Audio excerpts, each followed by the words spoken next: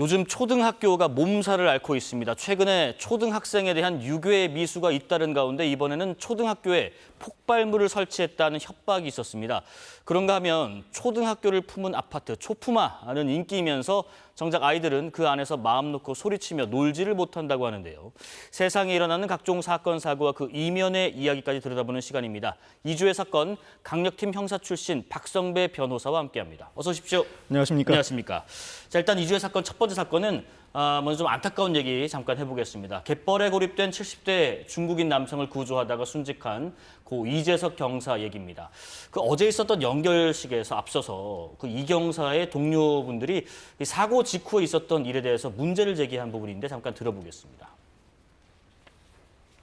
명태치 수상이 저희에게 항구 명령을 지시한 것은 불과 고 이재석 경사가 발견되고 응급실로 실려가는 시기였습니다. 재석이가 저렇게 된 것은 안타깝지만 재석이를 영웅으로 만들어야 한다.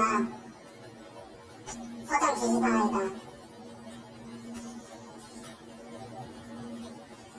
아까 말씀드렸다시피 팀 내부적으로 팀장과 팀원들 간의 불만화 그리고 사건 전반에 대해서 밝히지 말아라 라는 이야기였습니다. 지금 그 이 경사의 유족도 영웅인 이 경사에게 흠집이 날 수 있다라면서 언론 접촉을 자제해달라는 요구를 인천해양경찰서장에게 받았다고라는 얘기가 전해졌는데 지금 인천해경서장이 입장문을 내고 이렇게 얘기했습니다. 진실 은폐는 없었다. 또 진상조사에 협력하겠다라고 반박을 한 상황인데 일단 경찰 출신이기도 하다 보니까 한번 여쭤볼게요. 지금 고 이 경사의 동료분들이 지금 이 회견을 통해서 주장하는 핵심 내용, 재석이를 영웅으로 만들어야 한다. 이게 어떤 의미의 얘기를 들었다는 건가요? 지난 11일 오전 2시 7분경 드론 순찰업체가 갯벌에 사람이 홀로 고립돼 있다면서 네. 이 영흥파출소에 신고를 해옵니다. 당시에 당직 6명 중에 팀장 포함 이경사 1명, 즉 출동할 수 있는 인원으로는 이경사 1명만 근무 중이었는데 네. 이에 따라서 이경사가 혼자 현장에 출동하고 이어서 2시 43분경에 인력 지원을 요청합니다. 즉 자신 혼자 힘만으로는 안전하게 이 사람을 구조해내기 어렵다는 방증이라고 할 수 있습니다. 그런데 2시 56분에는 영상상으로 수위가 허리까지 차오르고 결국 이경사가 이 갯벌에 고립되어 있던 남성에게 자신의 구명조끼를 건네고 순찰 장갑을 신겨준 뒤에 구조해 냈고 이후 자신은 홀로 바다를 헤엄쳐서 빠져나오는 상황이었습니다. 그런데 어느 순간 이경사의 모습이 보이지 않고 6시간여 만에 심정지 상태로 발견되기에 이릅니다. 네. 영흥파출소는 이 사고 당일에 이경사가 현장에 출동한 지 80여 분 만인 3시 30분에야 상급기관으로 관련 내용을 보고한 것으로 파악되고 있는데 이 동료들에 따르면 당시 상황으로 인해 팀장이 자신들을 깨운 사실이 없다. 3시에 휴게 시간을 마치고 복귀해봤더니 오히려 드론 순찰업체가 경찰관이 위험해 보인다고 재차 연락을 해왔고 이게 무슨 일인지 물어봤더니 팀장이 그제야 이경사가 안전 우려자를 데리러 갔다고 전했다고 합니다. 팀 내부적으로 팀장과 팀원들 간의 불화, 사건 전말에 대해서는 밝히지 말아라라는 게 지시였다. 지금 혼자 출동했다고 했잖아요. 네네. 이경사가 왜 혼자 출동했느냐. 이 부분도 참 중요한 부분 아니겠습니까? 주요한 부분입니다. 해경 훈련인 파출소 및 출장소 운영 규칙에 따르면 순찰차는 불가피한 경우를 제외하고는 2명 이상이 탑승하는 것을 원칙으로 하고 있습니다. 이는 해경뿐만 아니라 모든 경찰 관사가 마찬가지인데 반드시 2인 1조로 움직여야 적절한 안전 조치를 도모할 수 있고 상황에 따라서 한 명이 직접 구조 조치에 나설 때는 다른 한 명이 추가 구조 요청을 해올 수가 있습니다. 어떤 경우에도 한 명이 스스로 혼자서 모든 일을 감당해낼 수 없고 불가피한 경우가 아니면 이와 같은 위험한 상황에 혼자서 출동시키지는 않습니다. 그럼에도 불구하고 이 사건에서는 이경사가 혼자 출동했는데 특히나 이 당시에는 대조기라고 해서 밀물이 상당히 많이 차오르는 시기였습니다. 왜 이경사 혼자만 이 사건 현장에 출동시켰는지부터 상당한 의문이라고 할 수 있습니다. 그런데 2인 1조 출동 원칙도 원칙이지만은 이경사의 이 소속 파출소가 또 다른 규정을 어긴 정황이 있어요? 2인 1조 출동 규칙을 어기게 된 근본적인 배경에는 네. 과도한 휴게 시간 부여가 있었습니다. 아, 네네. 해경 훈령에 따르면 3교대 근무와 관련해서 6명이 당직 근무였으니까 2인 1조로 3교대 근무입니다. 3교대 근무와 관련해서는 근무 8시간당 휴게 1시간을 줄 수 있고 야간에는 3시간 이내 사용 가능하다고 명시하고 있는데 물론 이 규칙에는 명시되어 있지 않지만 당직 근무 때는 휴게 시간이 서로 중복되지 않도록 적절한 조치를 취하기 마련입니다. 그런데 동료들 설명에 따르면 이 동료 4명은 오후 9시부터 오전 3시까지 6시간 휴게 시간을 부여받았고 네. 이경사도 오후 8시부터 오전 2시까지 역시 6시간 휴게 시간을 부여받았답니다. 그렇다면 5시간 정도는 당직 팀장을 제외한 출동할 수 있는 인원이 전혀 없는 상태가 유지되었다는 의미입니다. 이 상황에서 2시 7분에 신고가 들어왔고 당시 휴게 시간을 마친 인원으로는 이경사 혼자밖에 없었으니 결국 이경사 혼자 현장에 출동할 수밖에 없었다는 것이 동료들의 진술입니다. 네. 근무자 지휘 감독 소홀과 관련해서는 사실 유사한 사례를 살펴보면 형사 책임으로 이어진 경우는 드물었고 징계 책임에 그친 경우가 많았는데 네. 이 경우에도 감봉, 정직에 그친 경우가 상당히 많았습니다. 상황에 따라서는 해임 처분에 이른 경우도 발견되긴 합니다만 이 사건은 달리 볼 여지가 있어 보입니다. 일단 근무 시간, 장시간 공백을 초래했고 무엇보다 현장 출동의 2인 1조 원칙을 어겼을 뿐만 아니라 여기서 더 나아가서 팀 내 적절한 조치가 이루어지지 않았다는 부분과 관련해 은폐 시도가 있었다면 이때는 배제 징계인 파면 또는 해임도 불가피해 보이는 상황이 있습니다. 그렇지만 사실관계 규명이 우선 이루어져야 할 것 같습니다. 일단 왜 두 사람이 나가야 되는데 혼자 나갔는가? 그리고 왜 당직자들에게 같은 시간대에 쉬도록 해서 이런 근무에 좀 차질이 빚어졌는가? 그 외에 또 밝힐 부분은 없는 것인가? 촘촘히 억울한 죽음이 되지 않도록 외부 진상조사단에서 관련 의혹을 말끔하게 밝히길 기대해 보겠습니다. 자, 두 번째 사건입니다.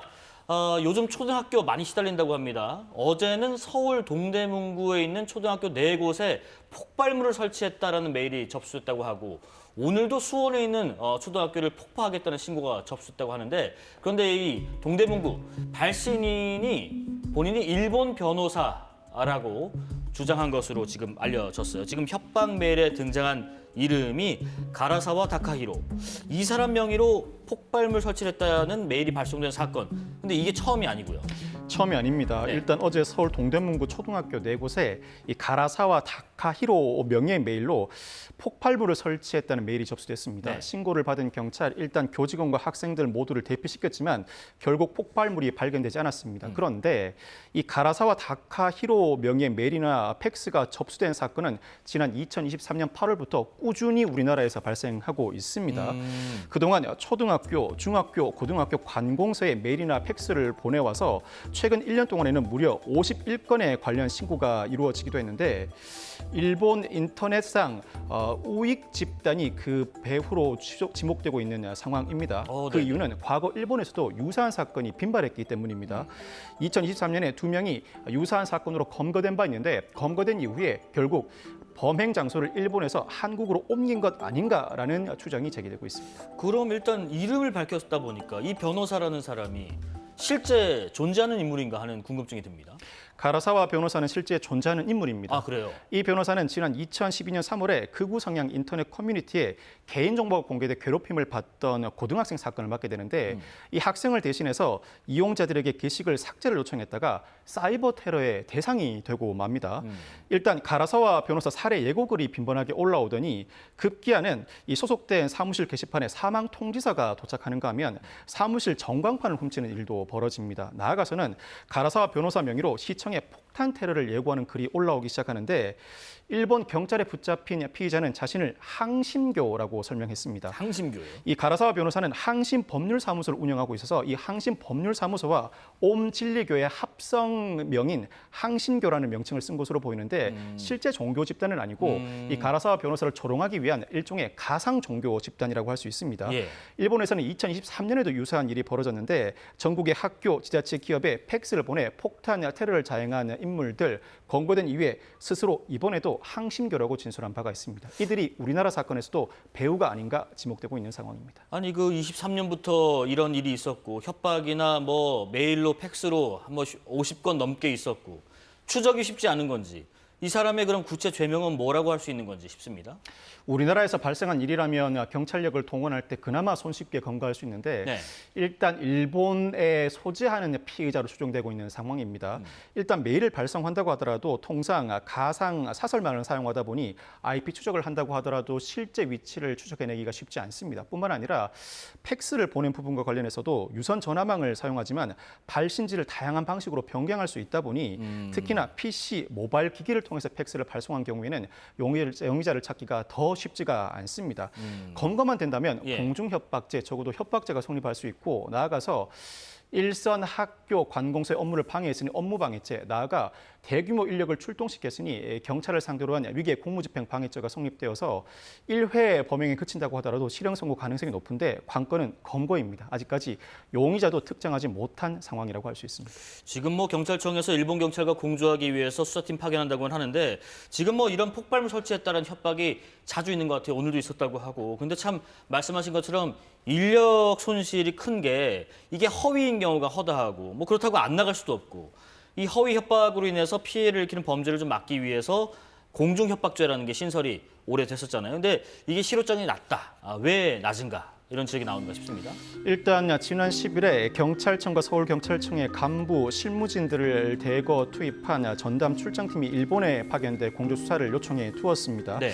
사실 외국에서는 수사가 쉽지 않습니다. 외국에서는 우리나라 경찰이 수사권을 보유하고 있지도 않을 뿐만 아니라 일본과는 범죄인 인도 조약이 체결되어 있지만 이 범죄인 인도 조약은 우리나라 국민이 그 나라에 도피했을 때 그 나라로부터 인도받는 조약의 송환하기 형태이지 위해서. 네.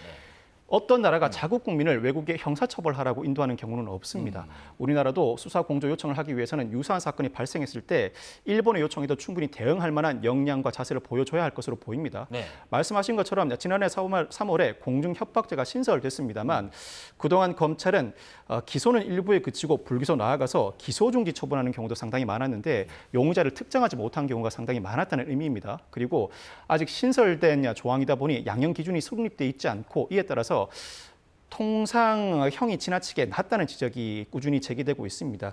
이와 같은 상황이 반복된다면 결국 민사상 손해배상을 통해서 적절한 손해배상을 담보해야 이와 같은 일이 차단될 것으로 보이는데 관련해 최근 국가경찰위원회가 허위 협박 신고가 들어왔을 때에는 형사처벌에 그칠 것이 아니라 민사상 손해배상을 적극적으로 이행 강화하라는 지침을 권고 의결했고 이에 따라서 경찰이 실제로 민사상 손해배상을 적극적으로 구하기 시작한다면 우리나라에서 발생하는 여타 유사 범죄에 관련해 피의자들에게 충분한 위하 효과를 발생시킬 것으로 전망됩니다. 왜 우리나라 초등학교에다가 이런 협박을 하고 그런지 모르겠습니다.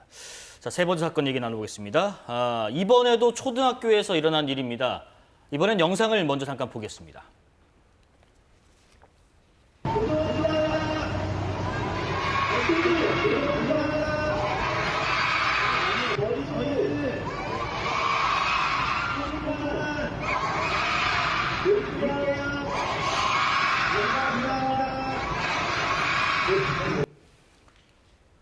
선생님인지 강사분인지 남성이 선창을 합니다. 근데 내용이 학생들, 초등학생들인데 노는데 죄송하대요.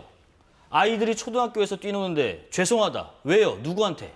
지난 5월 한 아파트 단지 인근 초등학교에서 운동회를 열었습니다. 네. 그런데 운동회를 열면서 모든 학생들이 운동장 중앙에 모여서 사회자의 인솔에 따라서 주변 주민들에게 죄송합니다라고 구호를 외치는 오호, 모습입니다. 네네.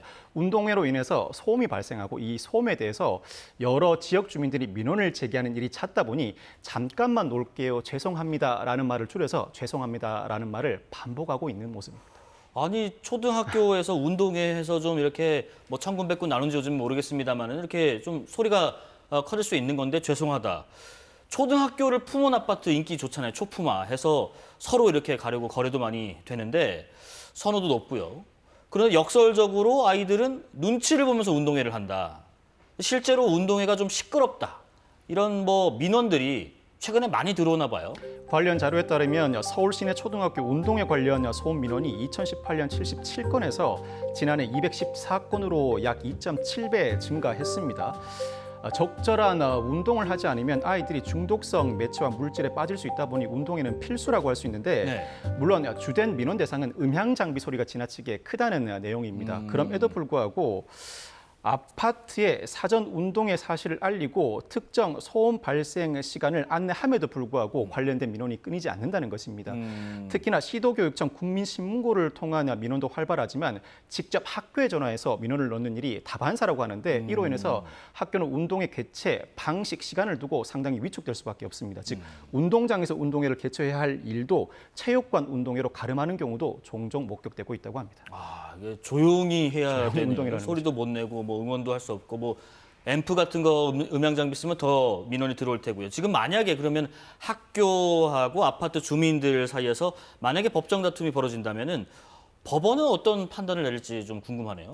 참고할 만한 유사 사례가 있습니다만 예. 이 사안의 경우에는 지역 주민의 요구가 온전히 받아들여지기 어렵습니다. 일단 운동의 소음은 이른바 공장 소음과 같은 생활 소음으로 분류되지 않습니다. 사회적 소음이라고 해서 공익적 목적으로 발생하는 소음인데 사회 구성원들이 어느 정도 받아들여야 하는 소음으로 분류됩니다. 아, 그런 게 있군요. 이 운동회는 교육적 목적을 위해 발생하는 소음일 뿐만 아니라 1년에 1회에 일시적으로 발생하는 소음입니다. 이에 따라 사회적 소음으로 분류되고 교육을 받을 권리와 생활권이 충돌하는 사안이라고 할 수 있는데 조화를 이루는 것을 근본 원칙으로 삼는 것이 법원의 입장입니다. 만약 지역 주민이 손해배상을 청구한다면 손해배상 사건에서 흔히 인용되는 수인 한도론에 따라서 어느 정도 지역 주민이 수인 한도론 안에 있다는 이유로 이 손해배상을 기각하는 경우가 다반사입니다. 네. 물론 그 과정에서 교육 활동의 필수성이나 소음의 지속성과 감독 가능성, 나아가 학교 측의 소음 저감 노력을 두루 살펴보겠습니다만 손해배상이 그대로 인용될 가능성은 지극히 낮아 보이고 극단적으로 지역 주민이 운동회 개최 금지를 전면적으로 청구한다면 물론 과도한 학생기 사용을 제한한다거나 행사 조정을 시도할지언정 그 청구를 전면적으로 인용하기보다는 조정 형태로 가름할 것입니다. 지역 주민이 조정을 받아들이지 않고 판결을 고집한다면 기각될 가능성이 사실 높습니다. 아이들 좀 놀게 좀 많이 이해를 했으면 하는 바람도 들지만 또 현실적인 고민도 있나 봅니다. 이주의 사건 마지막 사건입니다. 한 여성이요. 남자친구에게 돈을 보내려고 했는데 그러지 못했다고 해요. 왜? 은행 직원이랑 경찰이 막 뜯어말렸다고 하는데 내 남자친구에게 돈을 보내겠다는데 왜 경찰과 은행 직원이 뜯어말렸을까 싶습니다. 지난 8일 오전 9시 서울 금천구의 한 은행에서 70대 여성이 약 2,700만 원을 해외 송금하려고 시도합니다. 즉각 은행은 범죄 가능성을 의심해 경찰에 신고했고 경찰이 현장에 출동해서 약 3시간에 걸쳐서 이 여성을 설득해 결국 송금은 이루어지지 않았습니다. 어허. SNS를 통해서 최근 퇴역을 앞둔 미국 군인이라며 자신에게 접근한 인물과 여러 차례 의사 연락을 주고받았고 당신과 결혼하려 한국에 들어가겠다. 귀국 비용과 택배 비용을 지급해달라는 요청에 2,700만 원을 송금하려고 시도한 것입니다. 이 여성은 내 남자친구에게 내 돈을 보내려는데 왜 뜯어말리는가 상당히 강력하게 항변했지만 경찰의 지속적인 설득에 결국 범죄 피해를 막을 수 있었습니다. 70대 여성분이 퇴역 미군 남자친구를 두고 있었던 상황인데 근데 얼굴 한번 본 적 없는 남자친구였고 근데 이런 식으로 지금 보니까 연애를 좀 빙자해서 SNS에 접근해서 돈을 뜯어내는 이런 사기가 주로 젊은 연령대에서 일어난 줄 알았는데 피해자 연령대가 높네요. 70대 여성분. 이른바 로맨스 스캠 사기 사건의 피해자 연령대가 고령층으로 올라가고 있습니다. 네. 우리나라가 현재 고령화와 일행 가구가 증가하고 있고 이로 인해서 사회적 고립과 외로움을 크게 느끼는 고령층들이 쉽게 피해자로 등장하기 마련입니다. 이 고령층이 더군다나 SNS를 활발하게 사용하면서 이 적극적으로 대처하지 못하는 모습을 보여주고 있는데 이 로맨스 스캠 사기 피해로 노후 자금을 온전히 다 날리는가 하면 범죄 피해 사실을 알게 되었을 때 인간관계의 단절에 대한 상실감이 상당하다고 합니다. 이로 인한 수치심과 자책감으로 신고를 하지 않은 사건이 더 많은 것으로 추정되는데 이 사건을 예방하기 위해서는 사전 정보를 제공하고 말리는 수준을 넘어서서 사회적 안전망, 즉 가족과 지역사회의 뒷받침도 필요해 보입니다.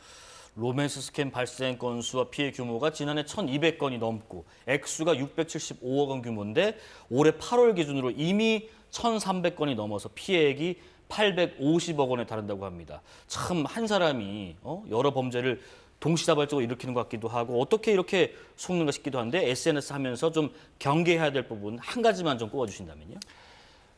자신에게 모르는 사람이 접근해 와서 호의를 적극적으로 보이고 어느 네. 순간 돈을 요구한다면 나에게도 이런 일이 벌어지는구나. 재론의 여지 없이 100% 사기라고 봐도 무방합니다. 절대로 돈을 보내지 않아야 하고 특히 로맨스 스캠은 통신 사기 피해 환급법이 규정하는 전기 통신을 이용한 보이스피싱과 유형이 달라서 돈을 한 번 보내면 지급 정지를 요청할 수도 없습니다. 돈을 보내는 순간 모든 피해는 회복하기 어려운 상태로 옮아가기 마련인 만큼 모르는 사람이 접근해와 돈을 요구한다면 무조건 돈을 보내서는 안 됩니다.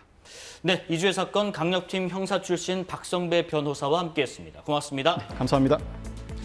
9월 16일 화요일 사사건건은 여기까지입니다. 시청해주신 여러분 고맙습니다.